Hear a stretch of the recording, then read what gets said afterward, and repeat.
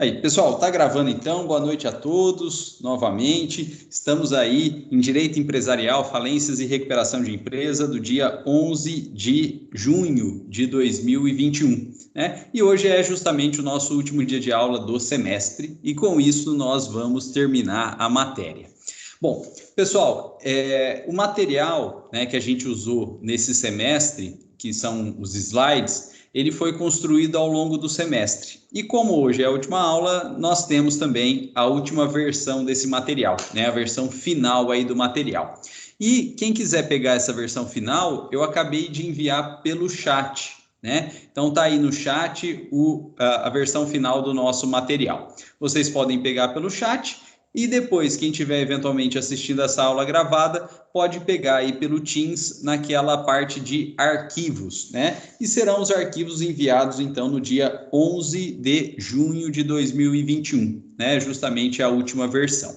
Pessoal, eu recomendo que vocês peguem a última versão, porque, como eu disse, o material está sendo construído em conjunto aí com vocês ao longo do semestre, e como a gente teve uma mudança legislativa muito grande no tocante ao direito falimentar, o material ele está sendo também atualizado aí, né, e corrigido a todo tempo. E aí, pessoal, a gente percebeu que tinha um erro no material. E eu vou compartilhar a tela com vocês, justamente no slide onde está errado no material e que precisa ser corrigido, né? É esse slide aqui que ele fala a respeito dos requisitos para a recuperação judicial comum. Então, requisitos para a recuperação judicial comum, que estão previstos aí no artigo 48 da Lei 11.101 de 2005. Veja só, esse artigo 48 da Lei 11.101 de 2005, ele não teve mudanças pela Lei 14.112 de 2020. Porém, olha só, um dos incisos do artigo 48, ele sofreu modificação aí pela Lei Complementar 145 de 2014.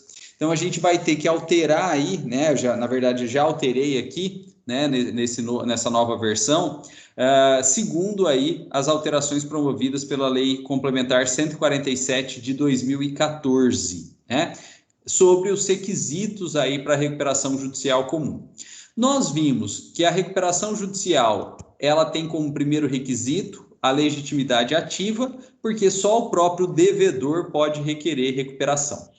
Nós vimos também que existe uma carência, porque é necessário aí 2 anos de registro para conseguir pleitear a recuperação judicial comum. E também, pessoal, existe o tal do pedágio aí. O que é pedágio? Pedágio é um período de tempos em tempos em que não se pode requerer a recuperação judicial. Ou seja, se você obteve a recuperação judicial, você fica um tempo sem poder pleitear a recuperação judicial e depois de passado esse tempo é que você pode, então, pleitear novamente a recuperação judicial. Professor, Oi? Deixa eu só fazer uma pergunta, desculpa atrapalhar. Eu posso substituir, então, aquele material por esse, que já tá mais atualizado? Pode sim. Substituo, não precisa manter os dois, não, né? Não. Eu estou atualizando, né? A gente vai atualizando e eu estou salvando na íntegra. Então, pode substituir sim, né? Pode sim. Correto, obrigado. Então, o material, né, a partir de agora é o do dia 11, né, que é hoje, e é o que está escrito final, né, versão final. É esse que a gente não mexe mais para a prova, né? Bom, pessoal, e aí então existe esse pedágio, que é um intervalo de tempos em tempos, em que pleiteada a recuperação judicial vai ficar um tempo sem poder pleitear novamente recuperação judicial. E esse pedágio, olha só, ele é de 5 anos entre recuperação judicial comum e outra recuperação judicial comum. E ele antes, no material, estava escrito 8 anos entre uma recuperação judicial especial e outra recuperação judicial especial. E não é mais 8 anos, são 5 anos também. Então, a Lei Complementar 147 de 2014, ela igualou os prazos para ambas as recuperações. Ela igualou aí o intervalo entre ambas as recuperações aí, né? Então, antes era 5 anos para judicial comum e era 8 anos para recuperação judicial especial. E a Lei Complementar 147 de 2014 igualou. Então, são 5 anos para todas as recuperações judiciais aí.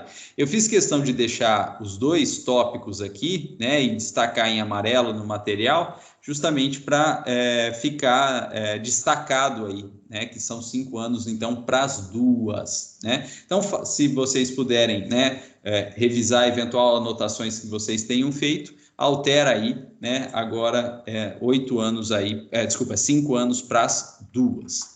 Bom, pessoal, e essa aqui era a atualização, a correção que a gente precisava fazer antes de dar início aí a nossa matéria, né, para isso ficar registrado.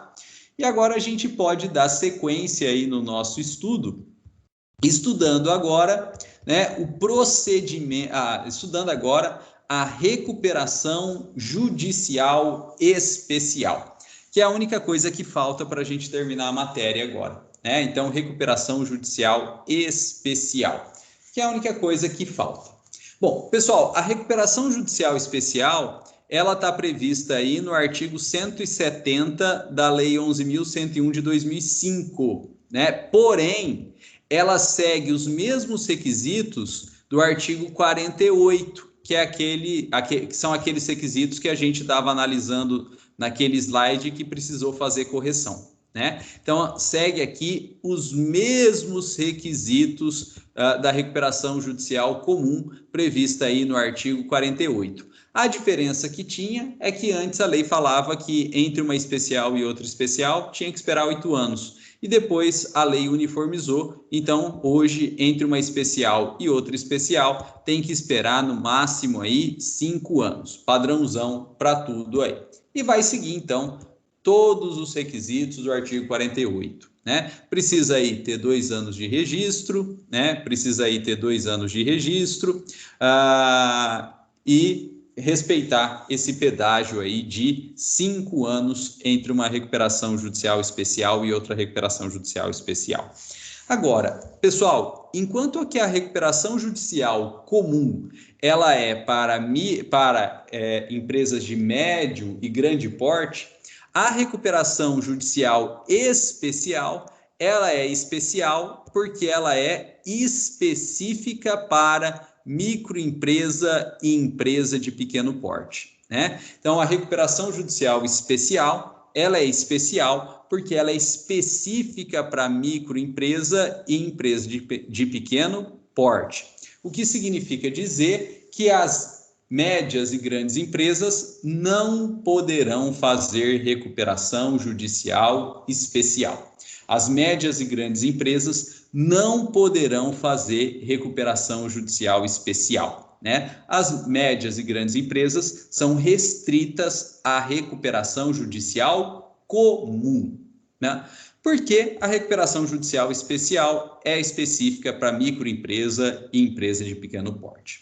Bom, mas agora vocês poderiam perguntar, né? E é uma excelente pergunta.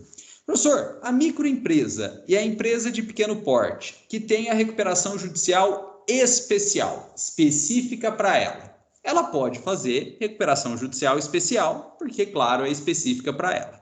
Mas e se a microempresa e a empresa de pequeno porte não quiserem a recuperação judicial especial? Elas poderão fazer a recuperação judicial comum? Bom, a gente já viu que a média empresa e a grande empresa só podem fazer a judicial comum, não podem fazer a especial. Mas e a microempresa e empresa de pequeno porte, que já tem a especial específica para ela? Claro, vai poder fazer a especial. Mas será que, não querendo fazer a especial, a microempresa e a empresa de pequeno porte poderão fazer a recuperação judicial comum? Sim ou não? A resposta é: a doutrina varia, né? Tem doutrinador que entende que não pode, né? Tem doutrinador que entende que não pode. e se vale aí justamente do princípio da especialidade, né? Princípio da especialidade. Se tem uma regra específica para microempresa e empresa de pequeno porte, pelo princípio da especialidade, essa regra que se aplica aí para, né, a microempresa e a empresa de pequeno porte. E ponto. E por isso, essa corrente aí entende que a microempresa e empresa de pequeno porte não poderia, então, fazer a recuperação judicial comum. No entanto, gente, existe uma segunda corrente e, na minha opinião, é a corrente mais lógica, né? É a corrente mais lógica aí, que entende que, apesar de existir a recuperação judicial especial para microempresa e empresa de pequeno porte, ela não estaria proibida de pleitear, né, uma recuperação judicial comum, porque a existência da recuperação especial própria para microempresa e empresa de pequeno porte se dá justamente para facilitar a vida da microempresa e a empresa de pequeno porte, inclusive reduzir custos aí à microempresa e à empresa de pequeno porte, né? Agora, se ela então, porque ela quer, pelas peculiaridades dela, entender que não é tão vantajoso a norma especial, que foi feita para ser benéfica a ela, entendendo que a norma comum, a recuperação comum é melhor, é mais benéfica, não haveria motivo de proibir o uso da mais comum, né? Se algo foi criado em benefício, mas não atingiu aquele benefício, o comum, no caso concreto, é ainda melhor, por que não, né, se valer da norma geral da recuperação comum, né? E essa corrente aí é a que prepondera. Então, a microempresa, ela poderia fazer a recuperação, ela pode fazer a recuperação judicial especial, porque é específica para ela, mas se ela entender que a especial não lhe é de fato vantajosa, nada impede que ela pleiteie, então, uma recuperação judicial comum, né? Então, a recuperação judicial especial, ela é um benefício, né? Ela não é uma restrição, ela não é uma limitação, né? Ela é um benefício, ela é mais uma opção que é dada para a microempresa e a empresa de pequeno porte, né? E aí vocês vão perguntar, professor, por que a recuperação judicial especial ela é um benefício para a microempresa e empresa de pequeno porte? Porque ela é bastante simplificada, né? Ela é bastante simplificada. E sendo simplificada, é mais fácil de fazer, precisa menos profissionais e, consequentemente, né, o gasto envolvido para viabilizar a própria recuperação é menor, né? Então, por ser simplificada, entende-se que é mais barata, né, e mais benéfica a microempresa e empresa de pequeno porte aí. Mas, né, segundo essa segunda corrente, nada impediria que ela também pleiteasse a recuperação judicial comum. Bom, pessoal, e além da microempresa e empresa de pequeno porte, que é o que estava na redação original da Lei 11.101 de 2005, veio a Lei 14.112 de 2020 e falou que essa recuperação judicial especial também se aplica para o produtor rural, com valor de até R$4.800.000, né? Conforme previsão aí no artigo 70A, né? Artigo 70A.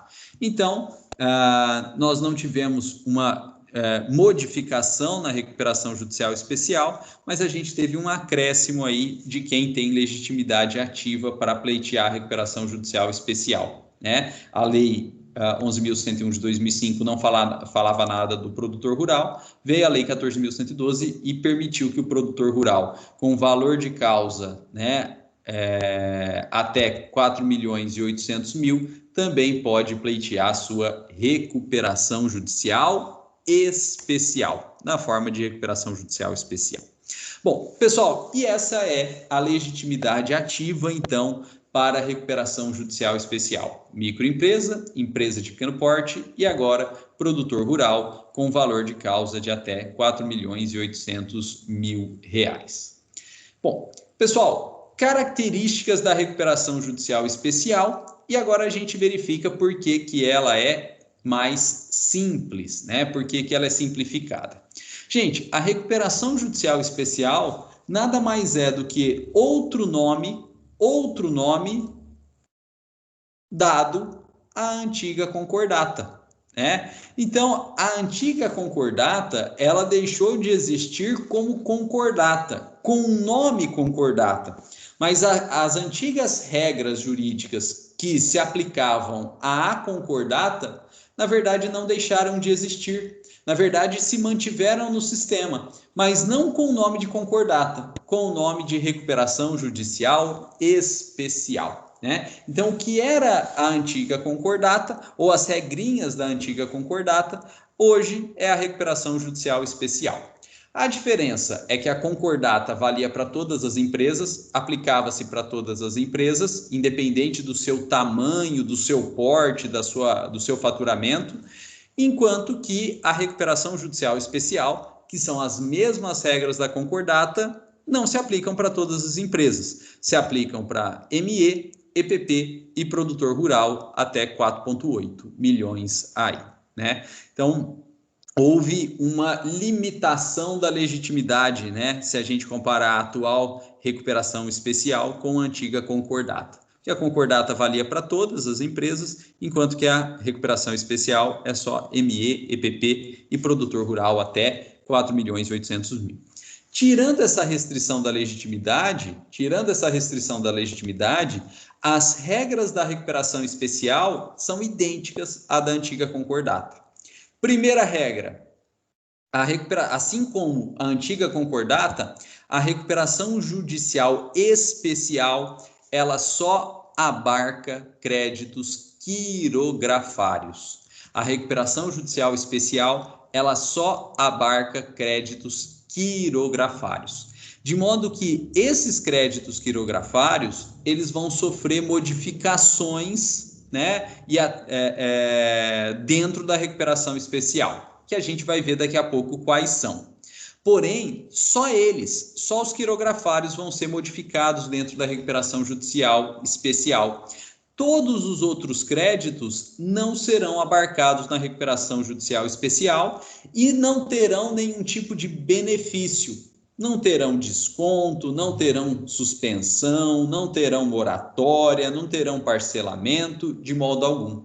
Todos os demais créditos continuam devidos e na forma e valores que já eram devidos anteriormente, né? Então, crédito tributário não entra, continua tendo que pagar da mesma forma. Crédito trabalhista não entra, continua tendo que pagar da mesma forma. Créditos com garantia real não entram, terão que ser pagos da mesma forma, né? Não sofrerão nenhum tipo de alteração.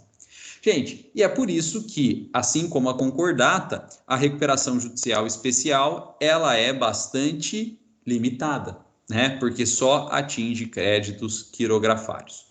E esse é o motivo pelo qual que a microempresa e a empresa de pequeno porte, e agora o produtor rural até 4,8 mil, podem entender que não vale a pena a recuperação judicial especial, porque ela é muito limitada, ela só atinge os quirografários, e por isso de nada serviria para eles, e aí então eles poderiam pleitear a recuperação judicial comum, que abarca praticamente todos os créditos da empresa, né? Se é uma microempresa, uma EPP, um produtor rural até 4,8, mas que tem pouco crédito quirografário, que a grande maioria das dívidas aí, por exemplo, a dívida trabalhista, nem adianta, né? A ME, a EPP, o produtor rural aqui, pleitear a recuperação especial, porque o crédito trabalhista não vai ser abarcado. E aí, então, esquece a recuperação especial e ele poderia, né, segundo a segunda corrente, a maioria da doutrina, pleitear, então, a recuperação judicial comum, que abarca uma grande maioria, né, abarca um grande número de créditos, né, inclusive trabalhistas aí, né, se houver convenção coletiva sindical. Bom, segunda regrinha aí, que é idêntica da concordata. O plano de recuperação judicial especial, ele não depende, na verdade, da empresa.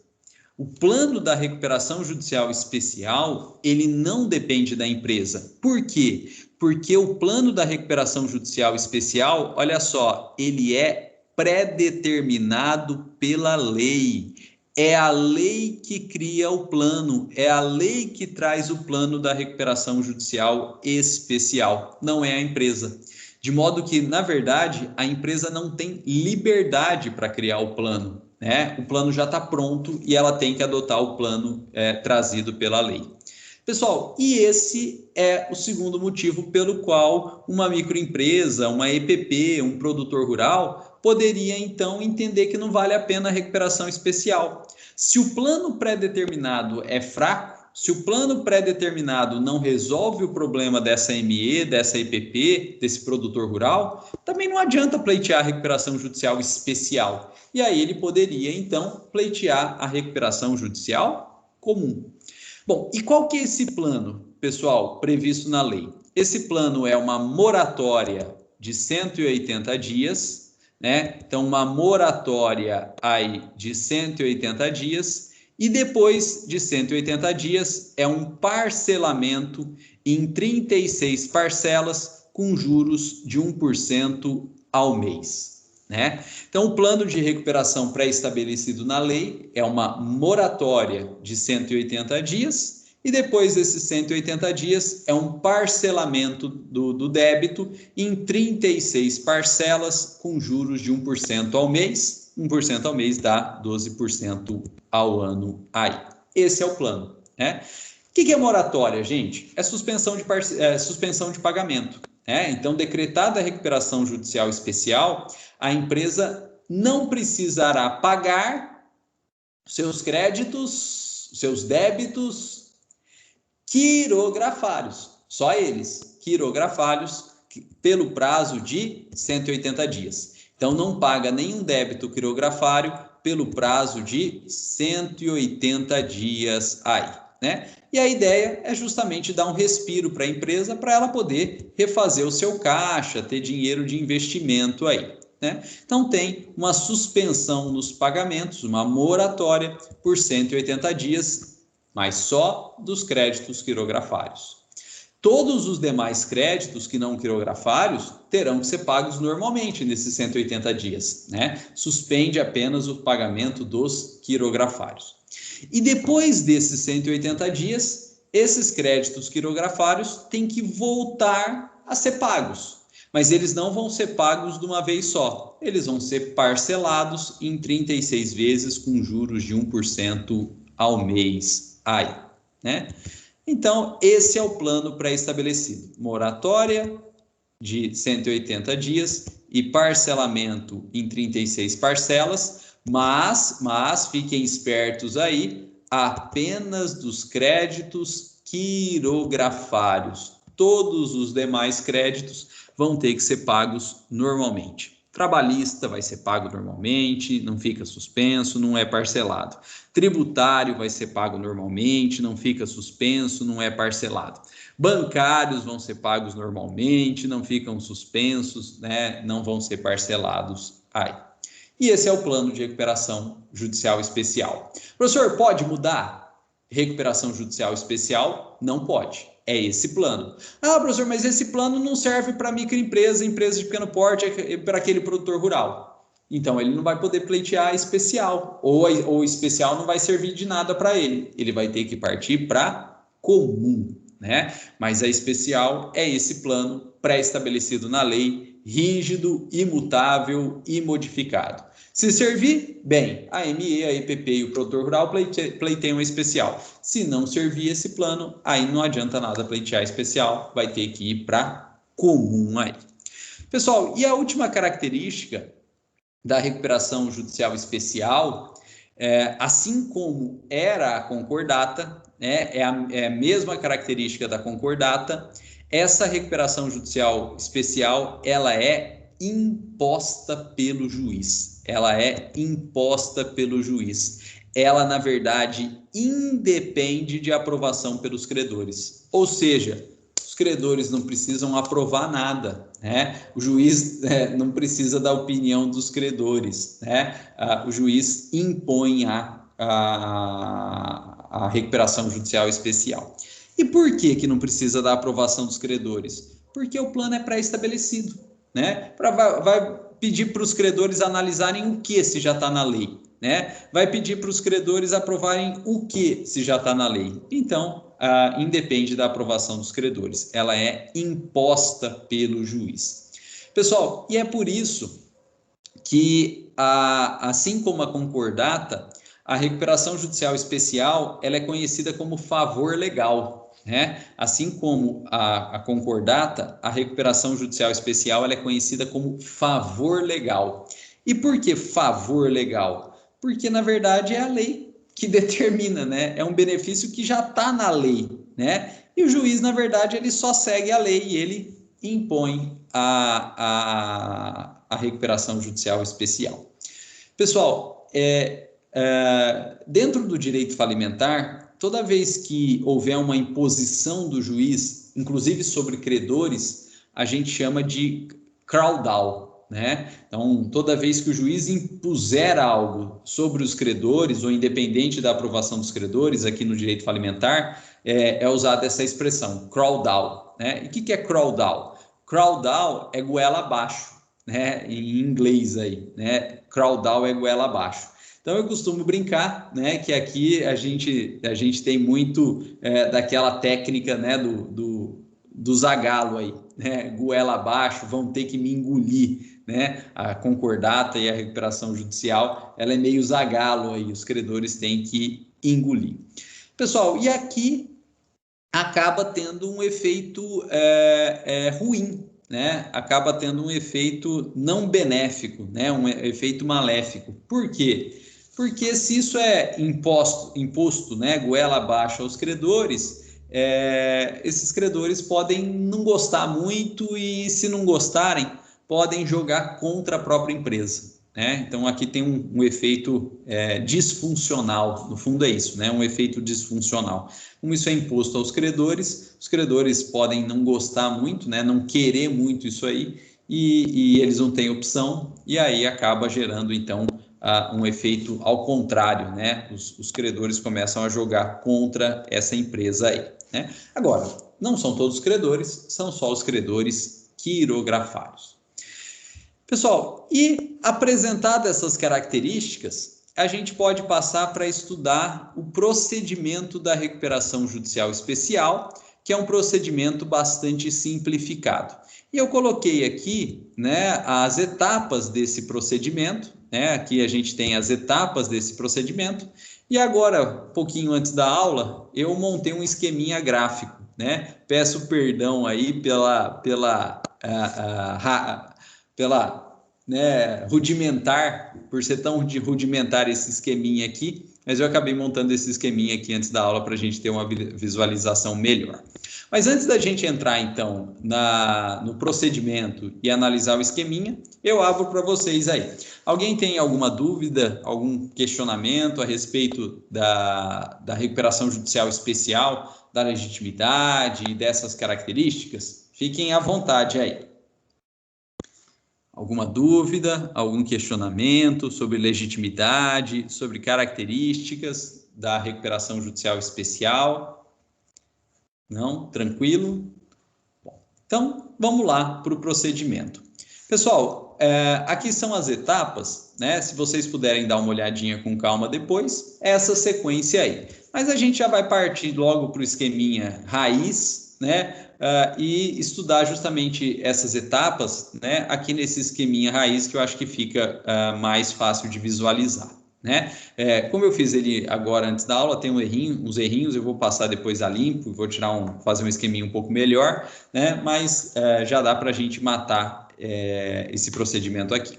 Bom, olha só, a recuperação judicial especial de ME, EPP, né? E aí, ó, já esqueci aqui, ó, tem que editar, mais produtor rural, né? Agora também abarca aí o produtor rural, né? Vamos esquecer dele aqui, o produtor rural. Ele é uma recuperação judicial, especial, mas judicial. E se é judicial, ela depende de processo, né? Ela tem processo aí. E como todo processo, começa com a petição inicial. Pessoal, e essa petição inicial, ela é bem parecida com a petição inicial da recuperação judicial comum. Ela é bem parecida com a petição inicial da recuperação judicial comum. Ela só vai ter uma única diferença. Olha só, na recuperação judicial especial, exige-se já, desde a petição inicial, a apresentação do plano de recuperação. Porém, né, aqui não tem mistério nenhum, porque o plano da recuperação judicial especial, ele é pré-estabelecido na lei. Então, a gente vai ter aqui a moratória de 180 dias, né? Moratória aí de 180 dias. A gente vai ter depois o parcelamento. Então, é isso que é colocado aqui na petição inicial. O parcelamento em 36 parcelas, né? Com juros de 1% ao mês, 12% ao ano, mas, claro, limitados apenas aos créditos quirografários. É isso que vai estar escrito aí nessa petição inicial, porque ela exige que já traga o plano de recuperação. Gente, na recuperação judicial comum, o plano não é apresentado na petição inicial, né? Na recuperação judicial comum, o plano ele é apresentado em 60 dias da publicação do edital, né? Lembrem aí, na recuperação judicial comum, o plano não é apresentado na petição inicial, o plano é apresentado em 60 dias após a publicação do edital. Então, na judicial, o plano é posterior, enquanto que na comum, né, o plano é posterior, enquanto que na especial, o plano já vem na própria petição inicial, porque, na verdade, é a lei, né, que determina qual é o plano de recuperação. É a própria lei que determina o plano de recuperação. De resto, pessoal, é idêntica à petição inicial. A legitimidade ativa é apenas da própria empresa, só que aqui, né, como é especial, tem essa limitação aqui, ME, EPP e produtor rural. Né? Então, a legitimidade é da própria empresa, mas na especial tem que ser uma ME, tem que ser uma EPP e tem que ser produtor rural. Dentro da petição inicial, o conteúdo vai ter que trazer a exposição de motivos da crise econômica, igualzinho à recuperação judicial comum, né? Então, vai ter que fazer um relatório aí, relatando os motivos da crise econômica, por que a empresa está em crise e por que, no fundo, é válida a recuperação. E também tem que trazer, desde logo, a relação de credores, né? A relação de credores, mais o plano de recuperação pré-estabelecido na lei. Esse é o conteúdo aí da petição inicial, né? Exposição de motivos da crise, relação de credores e plano de recuperação. Moratória de 180 dias, parcelamento de 36 vezes dos créditos quirografários. Bom, pessoal, distribuída essa petição inicial, ela vai para o juiz e o juiz ele vai dar o despacho inicial. Gente, nesse despacho inicial, o juiz ele vai analisar a regularidade formal da petição inicial. Ele vai analisar a regularidade formal da petição inicial. Ou seja, se a legitimidade ativa está correta, se trouxe os motivos da crise econômica, se apresentou a relação de credores e se apresentou o plano de recuperação. É isso que ele analisa. Se está presente os requisitos legais, os conteúdos legais aí. Então, ele faz uma análise meramente formal. Ele não vai verificar se é bom ou não é a recuperação. Ele vai verificar se a petição inicial está formalmente em ordem, se a petição inicial cumpriu os requisitos legais. E também, pessoal, nesse despacho inicial, o juiz já nomeia o administrador judicial. Até aqui, né, nesse despacho inicial, não tem nenhuma diferença em relação à recuperação judicial comum. É a mesma coisa. Na comum também é só formal e também só nomeia o administrador judicial. Agora, pessoal, na comum, o administrador judicial ele era responsável por presidir a Assembleia de Credores. Né? Na recuperação judicial comum, o administrador judicial ele presidia a Assembleia Geral de Credores. Inclusive, se vocês voltarem aí no material, vai ter uma setinha, né, e vai estar escrito aqui, ó, AG, né, ou Assembleia Geral, porque a função aí na comum, a função do administrador judicial na comum é presidir a Assembleia de Credores. E aqui na especial não tem Assembleia de Credores, né? É um detalhe importante, a gente vai entender por que daqui a pouco, né? Então, na recuperação judicial especial, tem administrador judicial, mas não tem Assembleia de Credores, então aqui ele não preside nada, né? Aqui ele não tem essa função de presidir a Assembleia Geral de Credores, porque nem tem Assembleia Geral de Credores. E para adiantar, eu já falo por que não tem.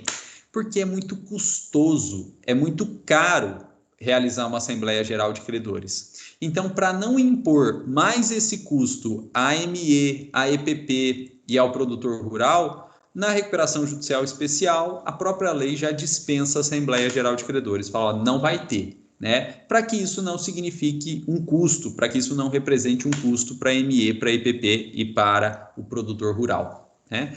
Então, fiquem atentos a esse detalhe. Na recuperação judicial especial, a gente tem administrador. Na comum, a função dele é presidir a Assembleia. Na especial, não, porque nem tem Assembleia. Né? Aqui a gente não tem Assembleia Geral de Credores. E aí vocês vão perguntar, mas o que ele faz então, pessoal? O que ele faz? O que o administrador judicial faz na recuperação judicial especial? Apenas fiscaliza, né?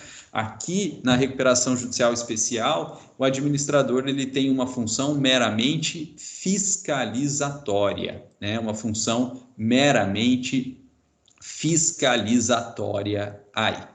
No more, né? Nada mais, nada mais. Bom, dado o despacho inicial, o juiz vai determinar a publicação de edital contendo cópia da petição inicial e dos documentos que a instruem, inclusive a relação de credores, né? E também o próprio despacho inicial, né? Então, é publicado um edital contendo cópia da petição inicial e os documentos que a instruem, inclusive relação de credores, e também do despacho inicial. Antes da Lei 14.112, né, esse edital era publicado na imprensa oficial e é fixado no átrio do fórum, e dependendo aí, né, até publicado em uma revista, um jornal de circulação na região daquela determinada empresa. Com a Lei 14.112, esse edital ele é publicado de forma virtual, de forma eletrônica, né, inclusive aí no site do nosso querido administrador judicial. Né? Então ele pode, né, ele administrador judicial, pode ter essa função aí de publicar no site dele, né, esse edital contendo a petição inicial, a relação de credores, né, e o despacho inicial. Né? Então ele acaba ficando com essa função aqui. Bom, e aí, publicado esse edital, da data de publicação desse edital, podem acontecer 3 coisas, né? Então, contados aí da data da publicação do edital, pode acontecer 3 coisas. Primeira coisa, habilitação dos credores no prazo de 15 dias. Então, publicou o edital, o credor não viu o nome dele lá, não viu a dívida dele lá, não viu o crédito dele lá, ele vai poder promover, então, a habilitação no prazo de 15 dias. Agora, pessoal, tem que ficar muito esperto, porque que credor que pode se habilitar? Apenas os quirografários, né? Não são todos os credores que vão poder se habilitar, porque a recuperação judicial especial não abarca todos os créditos. Então, na verdade, é a habilitação dos credores quirografários. Trabalhista não se habilita, tributário não se habilita, bancário não se habilita, é a habilitação dos quirografários. Né? E beleza, habilitou, eles vão constar, né, os credores quirografários habilitados vão constar da relação de credores. Até aqui nenhuma novidade, né, nenhuma diferença em relação à recuperação judicial comum. Segunda coisa que acontece aí com a publicação do edital. suspensão das ações e execuções por 180 dias. Então, publicou o edital, suspende as ações e as execuções movidas contra a empresa em recuperação por 180 dias. E a gente viu na aula gravada que essa suspensão das ações e execuções por 180 dias é chamado de stay period, né? Stay period. O que é stay period? É período parado, né? Período parado aí. Então, suspende as ações e execuções por 180 dias aí. Agora, pessoal, veja só.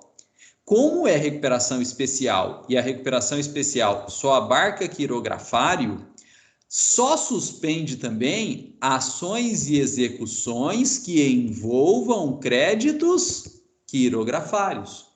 Então, ação e execução de dívida trabalhista, não suspende. Ação e execução de dívida tributária, não suspende. Ação e execução de dívida bancária, não suspende, né? Aqui, né, só suspende ações e execuções aí, né, por 180 dias, mas de créditos quirografários, Gente, esse período de suspensão, né, das ações e execuções, esse stay period, ele era necessário, né, na recuperação judicial comum para que desse tempo e fôlego, né, para que a empresa pudesse se dedicar à elaboração do plano de recuperação de empresa, porque ela precisava fazer um plano bem feito, porque na comum, se esse plano não fosse aprovado, decretava-se a falência da empresa, né? Então ela precisava, de fato, né, se debruçar sobre o plano para elaborar um plano bem feito para que ele convencesse os credores para ele ser aprovado aí. Aqui na especial, o plano já é pré-estabelecido na lei, né? E o plano aí, ó, já está desde a petição inicial. O plano já está aí desde a petição inicial. Então, a rigor, nem precisaria ter essa suspensão das ações e execuções, nem precisaria ter esse stay period na recuperação especial. Porém, como a ideia é ser algo mais benéfico para a ME e para a EPP, a lei manteve, né? Nem precisava, nem teria sentido aqui, mas para dar mais um benefício, né? Como a ideia é dar benefício para ME e EPP, a lei manteve. Então, a gente tem sim essa suspensão de ação e execução, ainda que o plano já esteja pré-estabelecido, né? Não dependa aí da empresa, né? Da ME e da EPP.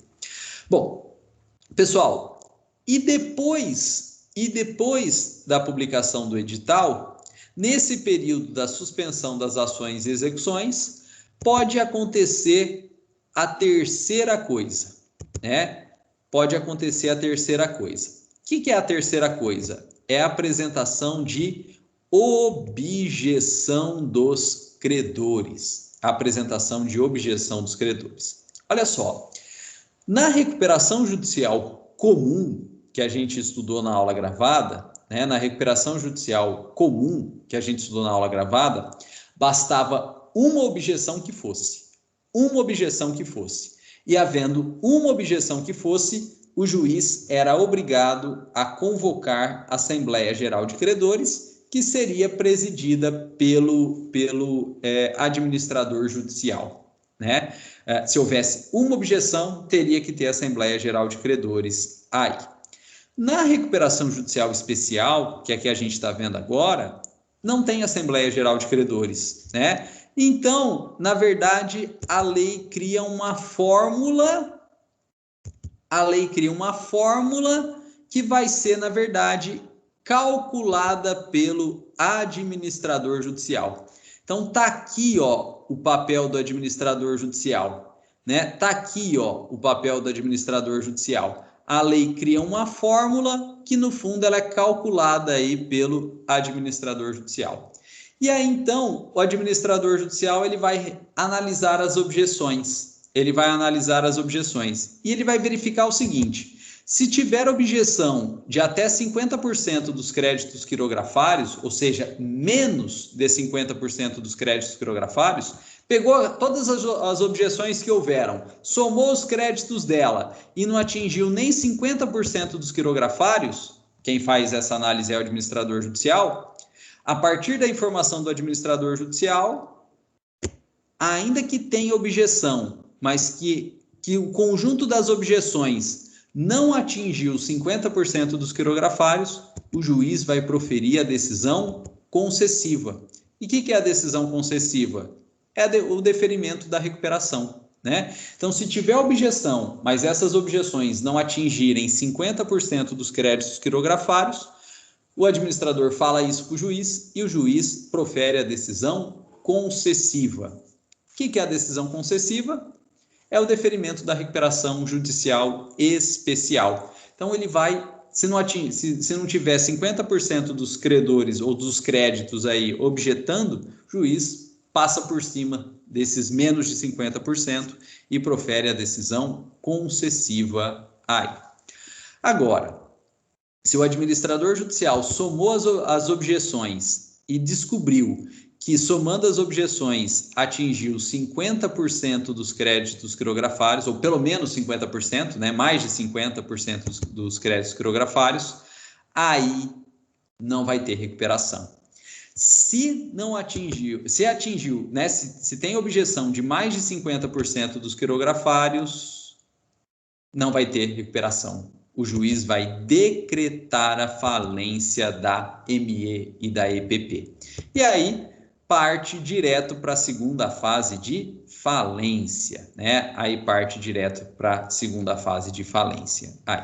Então, se atingir 50% dos quirografários, se as objeções atingirem 50% dos quirografários, o juiz decreta a falência da empresa e começa a segunda fase. Agora, o que a doutrina fala é que é muito raro atingir 50% dos quirografários, né? Porque o quirografário, ele é um volume, né, de crédito aí, sem especificidade, às vezes é cheque, às vezes é contrato, são pessoas os credores que não têm advogado pré-constituído, não têm informação, então, na verdade, esses caras nem ficam sabendo da recuperação, publica o edital, mas os caras nem ficam sabendo, né? E se não fica sabendo, não vão objetar nada, né? Então, não é que de fato eles concordam, é que eles nem ficam sabendo, e mesmo ficando sabendo, eles nem apresentam objeção. Então, essa ideia prevista na lei aqui de mais de 50, ela não se realiza na prática, né? A doutrina fala, olha, não vai atingir a objeção de 50%. Isso é impossível aí, porque os credores quirografários não têm esse grau de organização para ficarem sabendo, para objetar, para contratar advogado para isso. Então, a lei prevê, mas isso aqui é letra morta, isso não vai acontecer. Então, na verdade, as objeções vão ficar sempre abaixo de 50% dos quirografários e ficando abaixo de 50% dos quirografários, o juiz defere a recuperação especial. Então, na prática, vai ter sempre recuperação goela abaixo dos credores aí. E decretada a recuperação, parte para a execução do plano de recuperação, que é o que está pré-estabelecido na lei. Moratória, né, de 180 dias dos créditos quirografários e depois parcela, né, em 36 parcelas, aí 1% ao mês, né? Então, essa é a recuperação judicial especial, ela é bastante simplificada, né? Ela é bastante simplificada, o procedimento dela é bastante simplificado aí em relação à recuperação judicial comum. Pessoal, e com isso, né, a gente terminou a recuperação judicial especial e nós terminamos a nossa matéria e nós terminamos também o nosso semestre. Então, sem delongas, daqui a pouco eu passo a palavra para vocês. Agradeço a presença e a paciência, agradeço todo esse semestre aí, né? Boa prova e um grande abraço a todos. Se Deus quiser, a gente se vê aí no semestre que vem, todo mundo bem, todo mundo com saúde, né? Então, muito obrigado. Pessoal, vou interromper aqui a gravação, né, para o vídeo também.